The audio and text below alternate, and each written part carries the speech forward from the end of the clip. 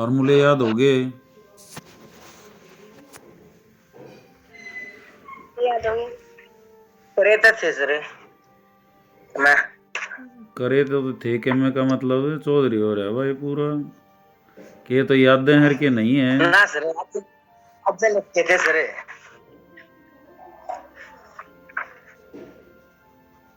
अब देखो ये क्वेश्चन है बेटा, ये टेबल के ऊपर है, वो टेबल किस किस को याद है? मैं हर एक से सुनूंगा वो। तो पहले कौन है? दिशा सुना बेटा। sin 0 0 sin 31 by 2 sin 45 1 by root 2 sin 60 root 3 by 2 sin 91 cos 0 1 cos 30 root 3 by 2 cos 45 1 by root 2 cos 60 1 by 2 और cos 90 0 tan 0 0 tan 31 by root 3 tan 45 1 tan 60 root 3 और tan 90 नॉन डिफाइंड। यस सुना भाई।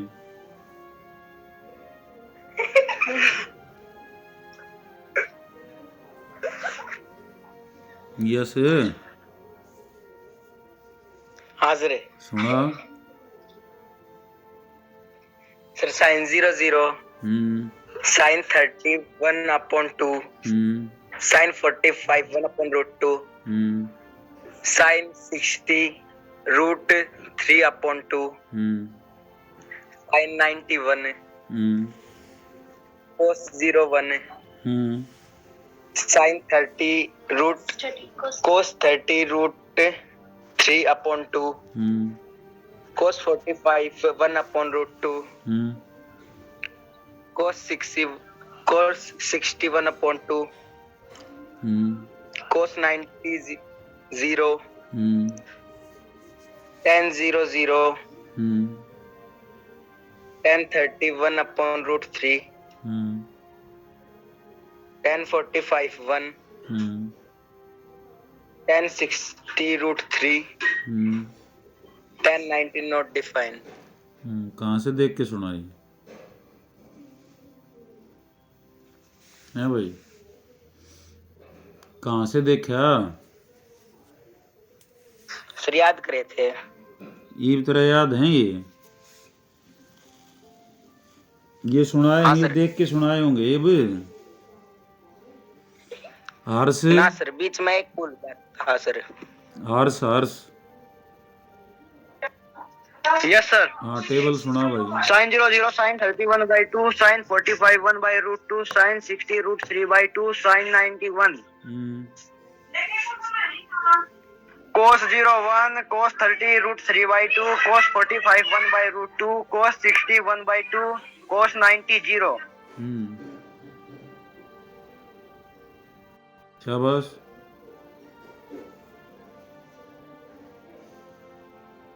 प्रियंका। हाँ जी sir sin 0 0 sin 31 by 2 sin 45 1 by root 2 sin 60 root 3 by 2 sin 91 cos 0 1 cos 30 root 3 by 2 cos 41 by root 2 cos 61 1 by 2 cos 90 0 tan 0 0 tan 31 by root 3 tan 45 1 tan 60 root 3 और tan 90 not defined। Good. Radha. sin 0 0 sin 31 by 2 sin 45 1 by root 2 sin 60 root 3 by 2 sin 90 91 cos 0 1 cos 30 root 3 by 2 cos 45 1 by root 2 cos 60 1 by 2 cos 90 0 tan 0 0 tan 31 by root 3 tan 45 1 tan 60 root 3 tan 90 not defined। शाबाश। और कौन रह गया? जतिन। राजीव भी रह गया sir. हाँ वो भी रह रहा है।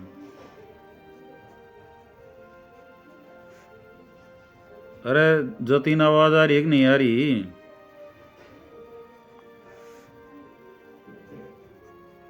ओके, शायद आवाज नहीं आ रही।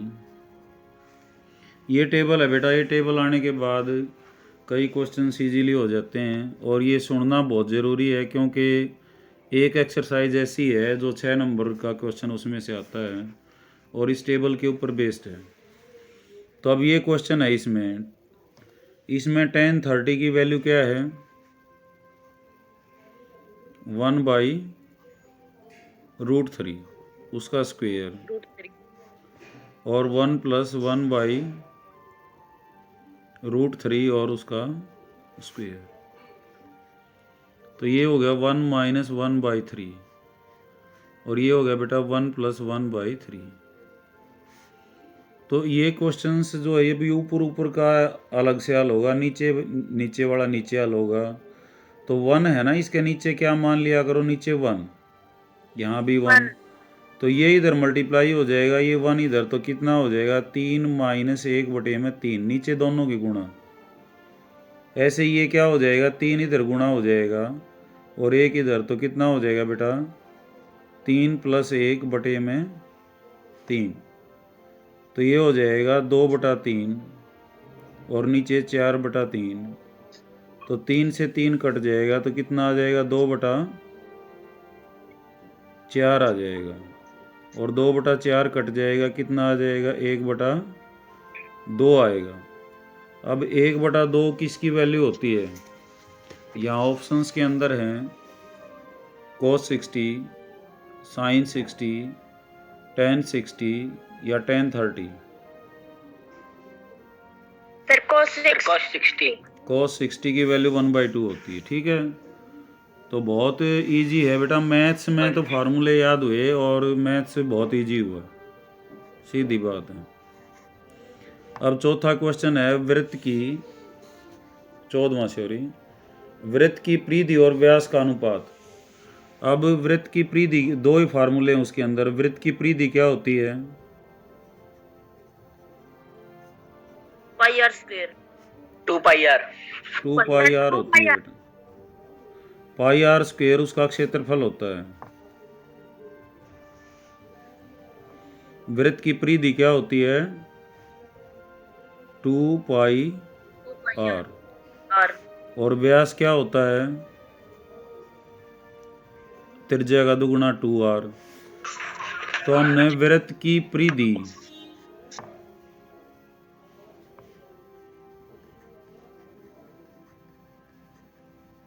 और व्यास, इनका अनुपात निकालना है। तो इधर लिखेंगे 2πr और इधर क्या लिखेंगे बेटा 2r। तो अनुपात में क्या होता है, काट लेते हैं हम, 2 से 2 कट गया, r से r कट गया, कितना आ जाएगा π/1। ये आंसर हो जाएगा। तो आज ही मैं बता रहा था, ये फार्मूले याद कर लो। तो यस, इसने भारत ने सुनाए भी थे। तो कितना आंसर है इसका π/1, जो बी ऑप्शन है ये हो जाएगा। समझ आ गई होगी बात।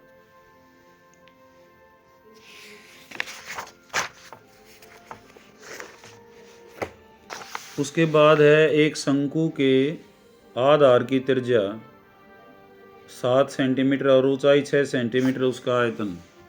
शंकु जो है उसका वो आयतन क्या होता है, बताओ। Sir 1/3πr²h।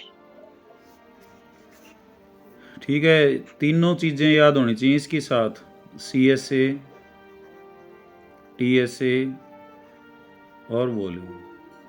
CSA क्या होता है कौन का? πrl। IRL। और TSA क्या होता है? L+R। और ये क्या होता है 1/3πr²h। अब यहाँ पे R दे रखा है बेटा 7 और H दे रखा है इसने 6। तो 1/3 पाई, R क्या हो गया 7 का स्क्वायर, और गुणा में 6। तो पाई का मान रख दें 22/7 और ये हो जाएगा 7 गुणा 7 गुणा 6।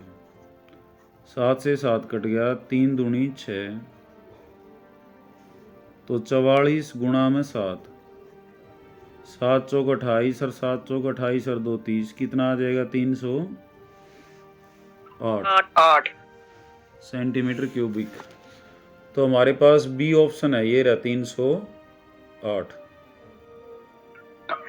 ठीक है, सेंटीमीटर क्यूब। तो बिल्कुल जो फर्स्ट ये पहले जो एक एक नंबर के क्वेश्चन आएंगे इनमें डायरेक्ट कॉन्सेप्ट आएगा और कुछ भी नहीं आएगा, फार्मूले या कॉन्सेप्ट। 16वां, ये था 15वां। यहाँ पे प्रोबेबिलिटी ऑफ ई दे रखे है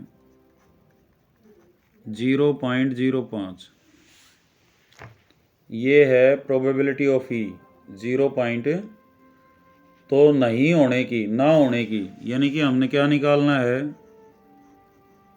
ई बार निकालना है। तो क्या बताया था ये, आज ही मैं याद करवा रहा था, 1 माइनस पी ऑफ ई। की। तो 1 माइनस 0.05, ये घना है नहीं, घटाना है ना हो। तो कैसे करेंगे? 1 के बाद पॉइंट लगाएंगे और 0 लगाएंगे और 0 लिख देंगे। पॉइंट के नीचे पॉइंट होना चाहिए घटते और घटाते वक्त और जोड़ते वक्त। तो 0.05। अब 10 में से 5 गया 5, और यहाँ 9, 5 और यहाँ दशमलव और यहाँ 0। तो उत्तर कितना आया? 0.95। तो ये सी ऑप्शन हो जाएगा 0.95। ठीक है, तो छोटे प्रश्न उत्तर बेटा अब इसके यहाँ खत्म होते हैं। अब ये सेक्शन बी है। सेक्शन बी में आते हैं 3-3 नंबर के, सेक्शन ए में आते हैं 1-1 नंबर के 16 क्वेश्चन। तो सेक्शन बी को करेंगे अब हम। इसमें पहला क्वेश्चन है, पहले चैप्टर से है। 6 प्लस में √2 एक अपरिमेय संख्या है। तो इसके बारे में मैं थोड़ा सा बताना चाहूँगा यहाँ पे।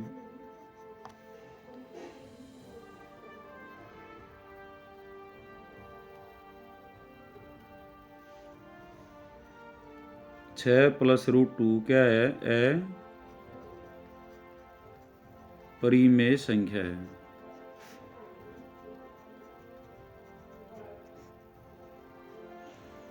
तो इससे पहले हम एक बार अपरिमेय संख्या और परिमेय संख्या, इनके बारे में ज्ञान होना चाहिए। अपरिमेय संख्याएं क्या होती हैं? परिमेय क्या होती हैं? परिमेय को हम बोलते हैं बेटा रेशनल नंबर। ठीक है, और परिमेय जो है उसको P/Q के रूप में हम लिख सकते हैं। यहाँ P/Q जो है वो क्या होते हैं? पूर्णांक होते हैं, और Q जो है उसके ऊपर कंडीशन होती है, वो 0 नहीं होता है। तो मैं थोड़ा सा शॉर्ट में बताना चाहूँगा। यहाँ पे प्राकृत संख्याएं क्या होती हैं, बताएगा कोई भी? कहाँ से शुरू होती हैं? 1 से शुरू। हाँ, 1 2 3 4 ऐसे। 0 अलग है। अगर इनको मिला दें तो क्या बनता है? पूर्ण संख्या। 0 1 2 3 ऐसे। फिर हमने छोटी संख्या में से बड़ी घटानी शुरू की, तो ऋणात्मक नेगेटिव आए, नेगेटिव ऑफ नेचुरल्स।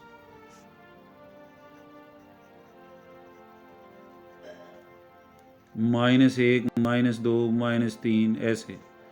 प्लस वाले उधर गए थे तो माइनस वाले इधर, फिर इनको और इनको मिलाया। इनका नाम क्या है? पूर्णांक। पूर्णांक के ठीक बीच में 0 होता है। इधर 1 2 3 ऐसे चलता है, और इधर कैसे? -1 -2 माइनस के 3 ऐसे। तो यहाँ पे क्या होता है बेटा, पूर्णांक के अंदर पूर्ण अंक होते हैं। यहाँ 0 के बाद 1 ही है, 1 के बाद 2, ये 1 के बाद सवा, 1.1, 1.2, ये कोई संख्या नहीं होती जब तक इनका ज्ञान नहीं था। उसके बाद भिन्न वगैरह आई जो भाग नहीं होती, जैसे 1/2 है, 3/2 है, कोई ये ऊपर वाला बड़ा है नीचे वाला छोटा है तो अनुचित भिन्न, ये उचित भिन्न, मिश्रित भिन्न, एक सही 1/2 है, दशमलव भिन्न। तो इन भिन्न को और पूर्णांक को मिला के क्या बनाते हैं हम, परिमेय संख्याएं बनाते हैं। तो इस हिसाब से सभी प्राकृत संख्याएं पूर्ण संख्याएं हैं, लेकिन सभी पूर्ण संख्याएं प्राकृत संख्याएं नहीं है। ऐसा ही सभी पूर्ण संख्याएं, सभी प्राकृत संख्याएं पूर्णांक हैं, लेकिन सभी पूर्णांक पूर्ण संख्या नहीं है, क्योंकि इसमें ये नेगेटिव वाले बच गए। इस तरह से सभी पूर्णांक, सभी प्राकृत, सभी पूर्ण, सभी भिन्न क्या हैं, परिमेय हैं। लेकिन सभी परिमेय क्या नहीं है, भिन्न नहीं है, सभी परिमेय पूर्णांक नहीं है, सभी परिमेय पूर्ण संख्या नहीं है। समझ रहे हो? इसके अलावा फिर डेवलपमेंट होती गई। हमने क्या किया, वर्गमूल निकालना शुरू किया जो कुछ संख्याओं के नहीं निकले, जैसे वर्गमूल 2, वर्गमूल 3, वर्गमूल 4 तो निकले आता है, वर्गमूल 5। तो जिनके वर्गमूल पूरे नहीं आते इनको एक स्पेशल नाम दिया गया, जिनको हम क्या बोलते हैं, अपरिमेय संख्या। पाई भी इन्हीं में है, उसका मान 22/7 हमारी कैलकुलेशन को आसान करने के लिए है, क्योंकि इस हिसाब से तो P/Q में हो गए, परिमेय होना चाहिए, लेकिन ये कैलकुलेशन को आसान कराने के लिए लगभग कीमत है ये। और ई 3.14 भी लिया था सर। और बेटा 3.14, हाँ 3.14 है ये। तो इसका मान तो हम कुछ स्थानों तक जानते हैं, रामानुज ने दिया था इसका, तो अभी लेटेस्ट चल रहा है, आगे स्थानों का पता ही नहीं हमने। तो इसके स्थानों का पूरा पता न होने के कारण इसको किस कैटेगरी में रखा गया है, अपरिमेय संख्या में। दशमलव के बाद ना तो संख्या कोई रिपीट हो, पैटर्न रिपीट हो, मतलब नॉन टर्मिनेटिंग, नॉन, ये समझने के लिए है, क्वेश्चन बहुत आसान है यहाँ पे। नॉन टर्मिनेटिंग और नॉन रिपीटिंग, जो ना तो दोहराएं और ना ही खत्म हो, ऐसा मामला के कहला होगा अपरिमेय संख्या। जैसे 2.10 हैं, फिर 1 लिख दिया, फिर 2 0 लिख दी, फिर 2 1 के लिख दिए, तो ये पैटर्न को रिपीट नहीं हो रहा और ख़त्म भी नहीं हो रहा। तो इस तरह की जो संख्याएं हैं वो भी अपरिमेय आती हैं। तो अपरिमेय में कौन कौन सी आई, जिनके दशमलव के बाद का भाग ना तो ख़त्म हो, ना रिपीट हो, कोई पैटर्न रिपीट ना हो।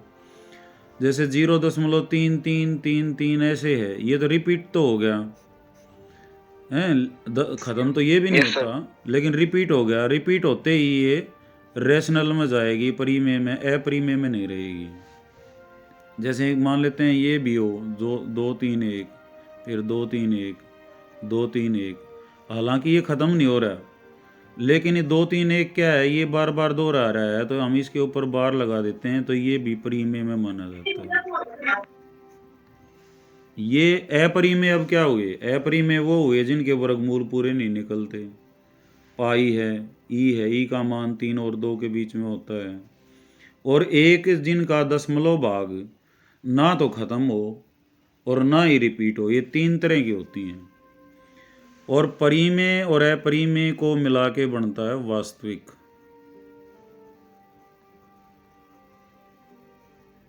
जिनको हम रियल बोलते हैं। 10वीं में +2 तक हमने यही पढ़ना है, थोड़ा सा कम्प्लेक्स भी आता है 11वीं में, लेकिन वास्तविक संख्याएं ही पढ़नी। अब ये अपरिमेय भी पढ़नी है, परिमेय भी पढ़नी है, सब ये हमने यहाँ नंबर सिस्टम पढ़ना है। तो वो वास्तविक संख्याएं R से डिनोट करते हैं, रैशनल को Q से डिनोट करते हैं, पूर्णांक को I और Z से डिनोट करते हैं, इंटीजर्स, और पूर्ण संख्या को W होल नंबर से डिनोट करते हैं और इसको n से डिनोट करते हैं नेचुरल नंबर को। तो ये है नोटेशंस इनके। अब हम अपने कंक्लूजन पे आते हैं। जो हमने पढ़ना है यहाँ पे, हमने परिमेय को और अपरिमेय को पढ़ना है। अब परिमेय और प्लस में परिमेय, परिमेय और प्लस माइनस गुणा भाग कोई सा भी कर लें तो ये क्या रहेगा, परिमेय ही रहेगा। दो परिमेय संख्याओं की गुणा भी परिमेय होती है, दो परिमेय संख्याओं का घटा भी परिमेय होती है, गुणा है वो भी परिमेय होती है, जमा है, जोड़ है, भाग है, सब परिमेय होता है। फिर एक परिमेय ले लिया और एक हमने क्या ले लिया, एक अपरिमेय। तो इनका प्लस माइनस गुणा भाग ये क्या होता है, अपरिमेय होता है। 101%। इनका भी 101% रिजल्ट है। परिमेय और परिमेय ये परिमेय होता है। और एक परिमेय एक अपरिमेय, चाहे वो पहले हो और चाहे पाछे हो, इनकी जोड़ जमा घटा गुणा सब क्या होती है, अपरिमेय होती है। ठीक है। अब बारी है एक तो अपरिमेय और दूसरी भी अपरिमेय। तो इनका जो रिजल्ट है बेटा वो क्या होता है, वो परिमेय भी आ सकता है और वो अपरिमेय भी आ सकता है। वो डिपेंड करता है। ये लिए जैसे मान लेते हैं 2 वर्गमूल 3 है, 2 तो है परिमेय, वर्गमूल 3 क्या है, अपरिमेय। तो ये क्या हुई, अपरिमेय हुई ना। ठीक है।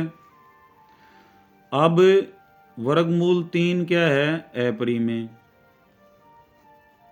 अलग से, ये भी है परिमेय, ये भी है परिमेय, और लेकिन मैंने गुणा किया इनको तो क्या हुआ, 2 गुणा वर्गमूल 3 का स्क्वायर हो जाएगा, कट जाएगा, कितना आ जाएगा, 2 गुणा 3 कितना आ जाएगा, 6 परिमेय आ गए। तो ये परिमेय और अपरिमेय की गुणा क्या आई, अपरिमेय। और इस अपरिमेय की और इस अपरिमेय गुणा क्या आई, परिमेय। तो 2 अपरिमेय का रिजल्ट, 2 अपरिमेय का रिजल्ट अपरिमेय भी हो सकता है और परिमेय भी हो सकता है। परिमेय भी। ठीक है।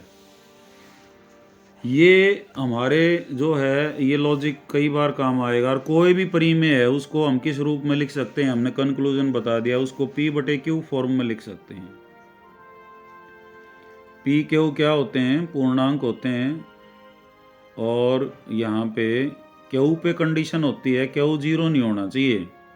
अगर ये 0 हो जाएगा तो वो परिमेय नहीं होता। 2/0 जैसे ये परिमेय नहीं है। क्यों, 0 से भाग करते हैं तो हमें अंदाज़ा नहीं आता, बहुत एक बड़ी अनंत संख्या आती है जिसका अंदाजा है नहीं, वह संख्या क्या हुई, तो उसको हम क्या बोलते हैं फिर, अपरिमेय। ये अपरिमेय। ठीक है, नॉट डिफाइंड। Not defined.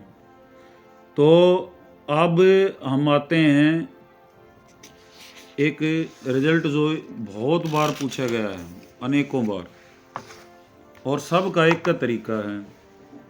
वो कहेगा सिद्ध करो, पहले चैप्टर में और कुछ नहीं हो पूछा यार बार बार वो क्वेश्चन, सिद्ध करो कि वर्गमूल 2 एक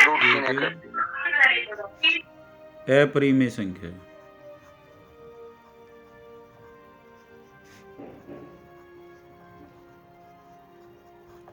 ठीक है। वर्गमूल 2 भी आ सकता है, वर्गमूल 3 भी, वर्गमूल 5 भी, वर्गमूल 7 भी, सब का एक जैसा इलाज है। तो हम कैसे सिद्ध करेंगे इसको, हम ये ले लेंगे, मान लिया वर्गमूल 2, मान लेते हैं कि √2 एक परिमेय ले लेते हैं। और परिमेय लेने के बाद कोई न कोई गड़बड़ आ जाएगी इसमें। मान लिया परिमेय संख्या है तो परिमेय संख्या है तो इसको p बटा q फॉर्म में लिख सकते हैं। क्यू के रूप में लिखा जा सकता है, और q not equal to 0। Q not equal to 0। और एक और चीज लिखूंगा मैं यहाँ, पी क्यू ब्रैकेट और 1, इसका मतलब है इनका महत्तम 1 है। जैसे मान लेते हैं 6/8 है, तो इनको काट भी देंगे हम, 2 तिया 6 और 2 चौक, तो 3 और 4 का जो महत्तम है वो क्या आएगा, 1 आएगा। ठीक है, मतलब कॉमन फैक्टर नहीं है, ना तो 3 का ना 4 का। तो हमने पी क्यू कैसे लिए हैं यहाँ पे, जिनका कॉमन फैक्टर कितना है, 1 है। इसको कैसे बोलते हैं, P Q have the common factor 1, P q का कॉमन फैक्टर या पी क्यू का गुण वो जो है महत्तम क्या है, वो 1 है। तो पहले क्या किया है, मैं बार बार एक क्वेश्चन को ही जो है यहाँ डिटेल से कराऊंगा, फिर बाकी तुम फटाफट बता दोगे।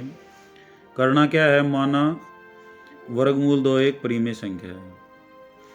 वर्गमूल 2 को क्या ले लिया हमने, p बटा क्यू, जहाँ पे क्यू 0 नहीं है, और पी क्यू का कॉमन फैक्टर कितना है, 1 है। अब क्या करेंगे, क्यू को इधर गुणा कर देते हैं, तो ये हो गया क्यू गुणा में वर्गमूल 2 बराबर p। फिर दोनों तरफ वर्ग कर देते हैं,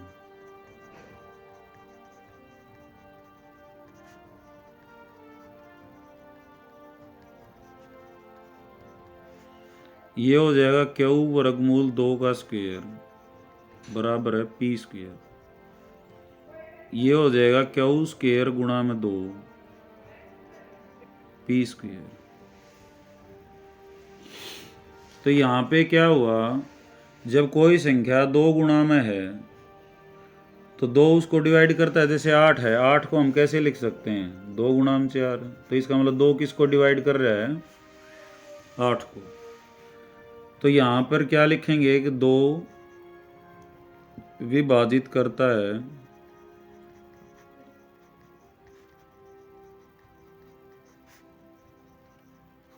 p स्क्वायर को। एक प्रमेय है गणित के अंदर, अगर कोई 1.3, हाँ, वो क्या कहता है, अगर 2 p स्क्वायर को विभाजित करता है तो 2 किसको विभाजित करता है, p को भी करता है। यहाँ तक दोबारा देखो क्या क्या किया है। मान लिया वर्गमूल 2 एक परिमेय संख्या है, ठीक है, तो वर्गमूल 2 को परिमेय के रूप में क्या लिख लिया, p बटा क्यू। तो क्यू वर्गमूल 2 क्या हो गया यहाँ पे, p, दोनों तरफ वर्ग कर लिया, क्यू स्क्वायर 2 और p स्क्वायर। 2 किसको विभाजित करता है, p स्क्वायर को, 2 किसको विभाजित करता है, p को। तो p को क्या लिख सकते हैं हम, 2m लिख सकते हैं, और 2m हमने यहाँ रख दिया इसमें। तो क्या हो जाएगा, क्यू समीकरण 1 में, हाँ एक नाम रख लो इसको, क्यू स्क्वायर गुणा में 2 और 2m का स्क्वायर। ये हो गया क्यू स्क्वायर गुणा 2 4m स्क्वायर, और ये 2 इस पे कट गया, तो क्यू स्क्वायर क्या आ गया, 2m स्क्वायर।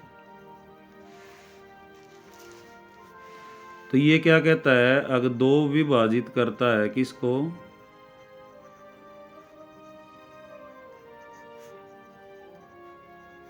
क्यू स्क्वायर को, क्यू स्क्वायर को, इसका मतलब 2 किसको तो विभाजित करता है, क्यू को। क्यू को। अब 2 जो है वो क्यू को भी विभाजित करता है और 2 p को भी विभाजित करता है, तो p क्यू का कॉमन फैक्टर कितना आ जाएगा, 2 आ जाएगा। 2। लेकिन हमने लिया, लेके कितना चले थे, 1। तो ये क्या हो जाएगा, इसका विरोधाभास हो जाएगा, कॉन्ट्राडिक्शन हो जाएगा, जो कि संभव नहीं है। प्रमेय के रूप में याद करना, तो संभव नहीं है, क्योंकि ये क्योंकि का निशान है, पी क्यू का जीसीडी कितना है, वो कॉमन फैक्टर कितना है, 1 आता है। वर्गमूल 2 एक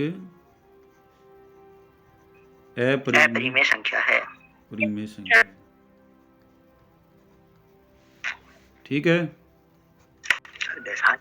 यस सर। फिर देख लो एक बार। माना वर्गमूल 2 परिमेय संख्या है, तो वर्गमूल 2 क्या हो जाएगी, पी बटे में क्यू। इसको इधर गुणा कर देंगे तो क्यू वर्गमूल 2 बराबर पी, दोनों तरफ वर्ग करने पर पी क्यू वर्गमूल 2 का होल स्क्वायर पी स्क्वायर। तो ये हो जाएगा क्यू स्क्वायर, यहाँ वर्गमूल कट जाएगा 2 पी स्क्वायर।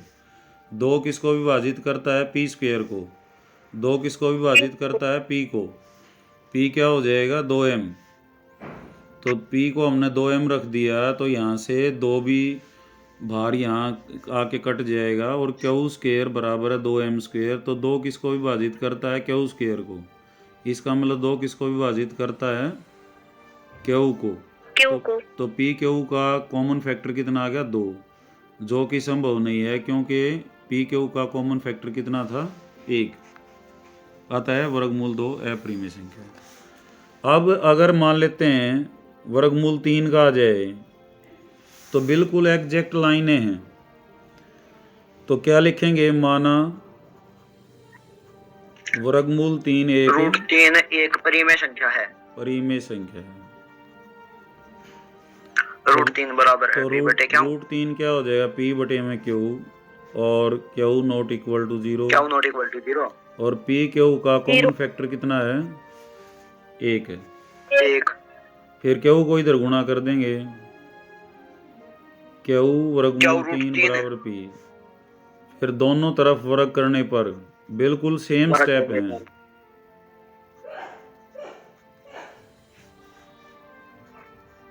तो क्या हो जाएगा, क्यू स्क्वायर गुणा में 3 बराबर पी स्क्वायर। 3 वर्गमूल स्क्वायर। खत्म हो जाएगा। तो यहाँ क्या हुआ, Yes, sir. 3 विभाजित करता है पी स्क्वायर को। पी स्क्वायर को।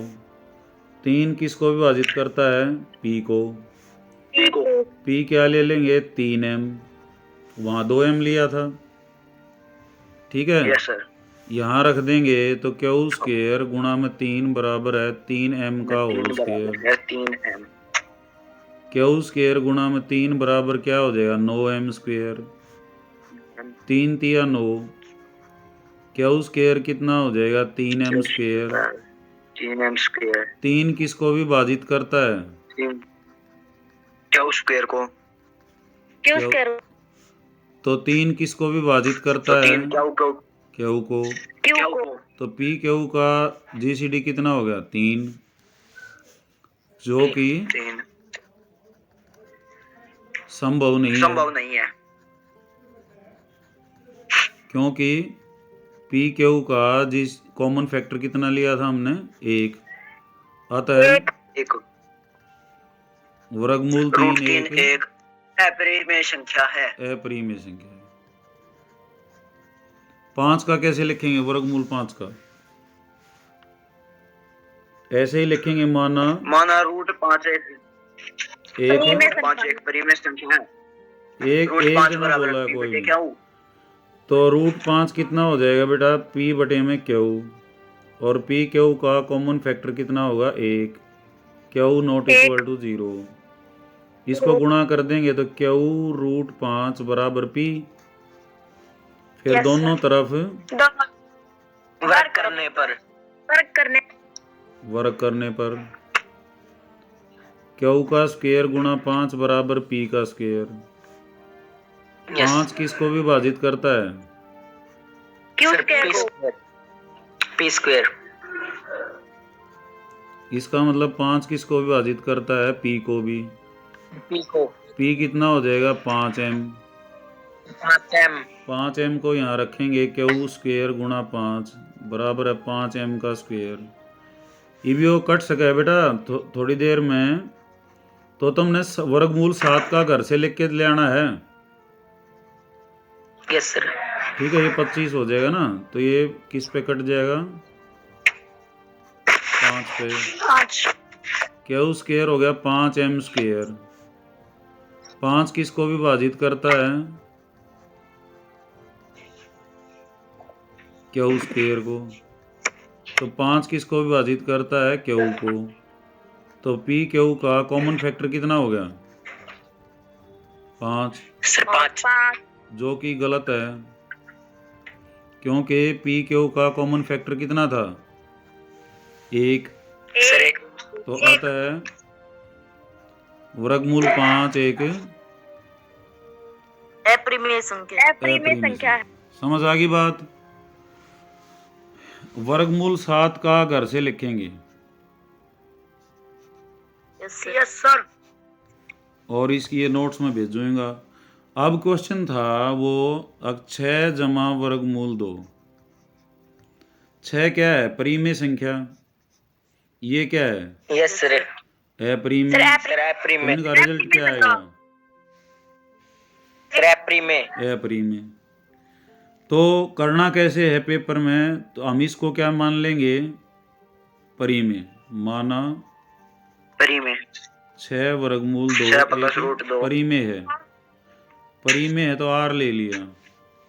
ठीक है, इन क्वेश्चन में ऐसे करना है बस। ये तो 2 लाइन का है। वर्गमूल 2 कितना हो गया? R minus 6। अब आर क्या थी? एक परिमेय थी। परिमेय में से 6 घट गया परिमेय, तो ये दायां पक्ष क्या हो गया? परिमेय। और बायां पक्ष क्या है? अपरिमेय। अपरिमेय। जो कि गलत है, क्योंकि परिमेय परिमेय के बराबर हो सकता है और अपरिमेय, जो कि गलत है। अतः 6 वर्गमूल 2 एक अपरिमेय संख्या है। छोड़ के वर्गमूल 2, 3, 5 और 7 को, बाकी इस तरह के जो क्वेश्चन आएंगे उनको तो ऐसे करना है और इनको ऐसे करना है। तो वर्गमूल 7 का घर से लिख के लाएंगे बेटा। ठीक है, आज के लिए इतना ही काफी है। सर। ओके बेटा, और फार्मूले याद कर लियो। नमस्ते सर। नमस्ते बेटा। नमस्ते गुरुजी। नमस्ते बेटा। नमस्ते। नमस्ते सर जी। नमस्ते भाई।